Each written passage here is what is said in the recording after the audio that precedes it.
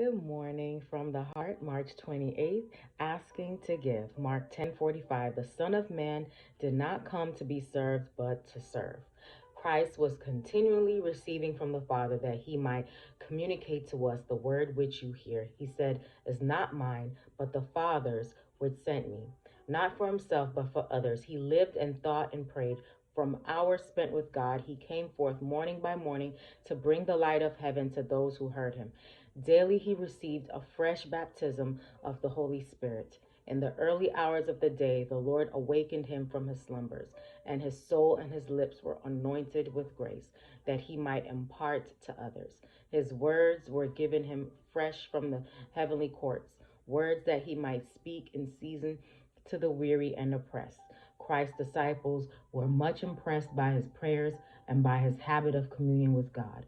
One day, after a short absence from their Lord, they found him absorbed in supplication.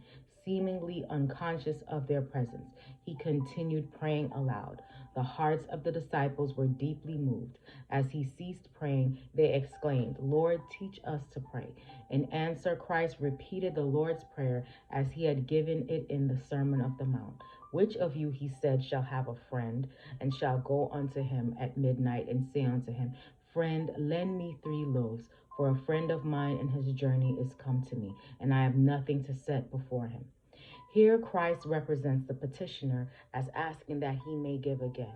In like manner, the disciples were to seek blessings from God. In the feeding of the multitude and in the sermon on the bread from heaven, Christ had opened to them their work as his representatives. They were to give the bread of life to the people. Souls that were hungering for the bread of life would come to them, and they would feel themselves to be destitute and helpless. They must receive spiritual food, or they would have nothing to impart. But they were not to turn one soul away unfed. Christ directs them to the source of supply. And would not God, who had sent his servants to feed the hungry, supply their need for his own work? I hope you have a great day today. Live from the heart.